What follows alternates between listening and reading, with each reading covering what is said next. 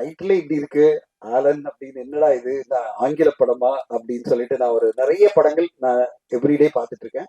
அப்படி நான் வந்து இந்த படத்தை நான் வந்து ஒரு விமியோலெக்ல பார்த்த உடனே அப்படியே நான் ஸ்டாப்பா பார்த்துட்டே இருந்தேன்.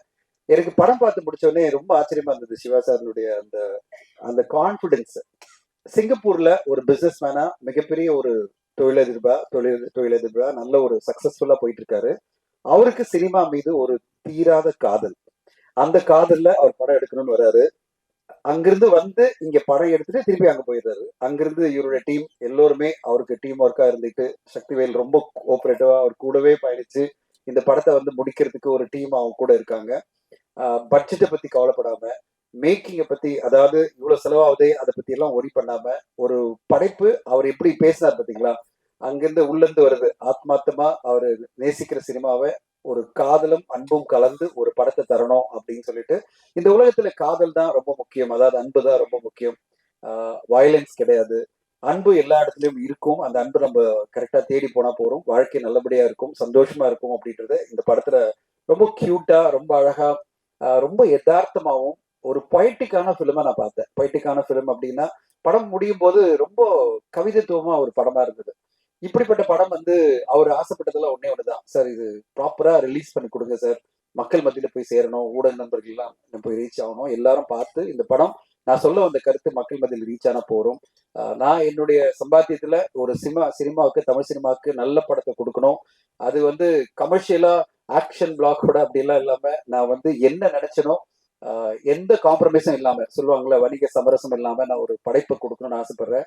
ஒரு படைப்பாளியா நான் ஜெயிக்கணும் சார், அதுக்கு நீங்க ஹெல்ப் பண்ணுங்க சொல்லும்போது நான் சொன்னேன், இப்படி இவ்வளவு தளவு சினிமாவை நேசிக்கிறீங்களேன்னா நானும் அந்த மாதிரிதான். சினிமா ரொம்ப ஆழமா நேசிக்கிற ஒரு ஆள். சுவாசிக்கிறதும் பேசுறதும் வாழறதும் சினிமால தான்.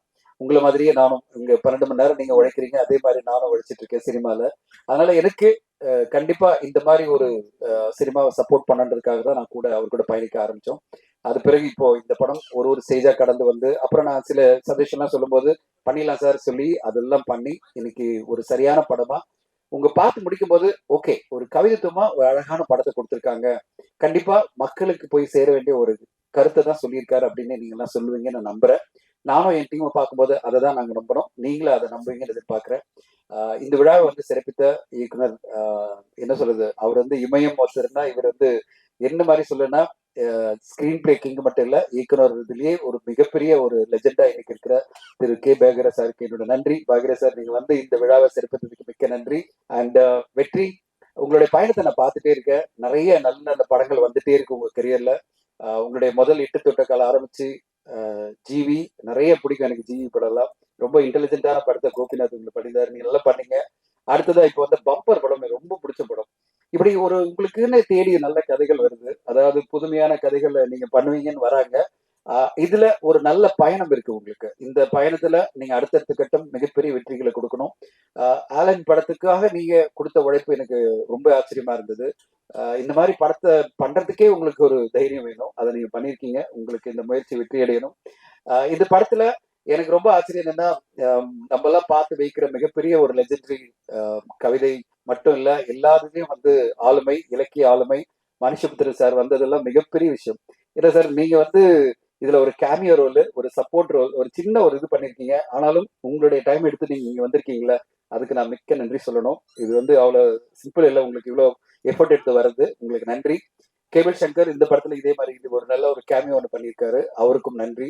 த ஹோல் டீம் எல்லாரும், டைரக்டர்ஸ், இங்க வந்திருக்கிற டெக்னீஷியன்ஸ், ஆர்டிஸ்ட் எல்லோருக்கும் நன்றி. விவேக் பிரசன்னா, நல்லா இருந்தது உங்க கேரக்டர் இந்த படத்துல. Thank you for the great support. பாடல்கள்லாம் ரொம்ப அருமையா வந்திருக்கு, மனோஜும் சரி, கார்த்திக் நேதா சார், உங்க வரிகள் எல்லாமே மனசுல அப்படியே உள்ள போய் ஊடுருவுது. அது என்னமோ ஒண்ணு பண்றீங்க நீங்க, ஏதோ ஒண்ணு பண்றீங்க, ஆலன் பண்ணுது. எனக்கு ஆச்சரியம் என்னன்னா, அந்த பாட்டை கேட்ட உடனே எப்படி இவரு இவ்வளவு படத்துக்குள்ள போயிட்டாரு. நீங்க படம் பார்த்து லிரிக் எழுதுனீங்களா, இல்ல கதை கேட்டு லிரிக் எழுதுனா தெரியல இருக்கு.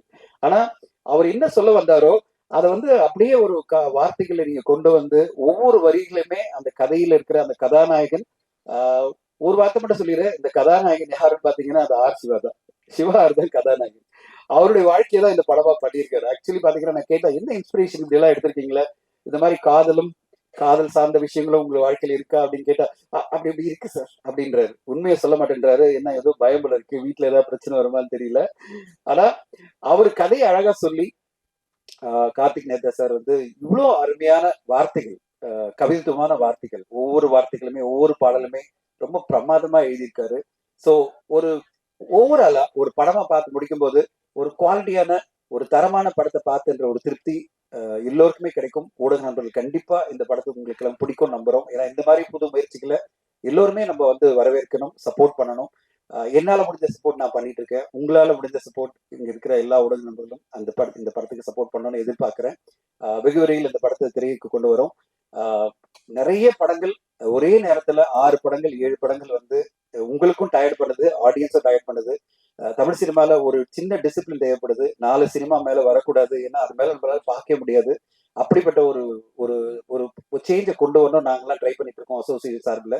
இந்த நேரத்துல வர படங்கள் எல்லாருமே ஏதோ ஒரு கட்டாயத்தினாலதான் ஒரு பர்டிகுலர் வீக்ல வருது. அந்த படங்கள் எல்லாத்தையும் நல்ல படங்களை தேர்ந்தெடுத்து நீங்க சப்போர்ட் பண்ணணும் ஊடக நண்பர்கள். அதுதான் என்னுடைய கோரிக்கை வைக்கிறேன். ஆலன் கண்டிப்பா சிவா ஆறுனுடைய ஒரு முக்கியமான ஒரு படைப்பு. ஒரு நல்ல முயற்சி எடுத்திருக்காரு. பல இடங்கள்ல அவர் சொன்ன மாதிரி பல லொகேஷன்ல போய் எந்த ஒரு காம்ப்ரமைஸ் இல்லாம ஒரு நல்ல படைப்பை கொடுத்திருக்காரு.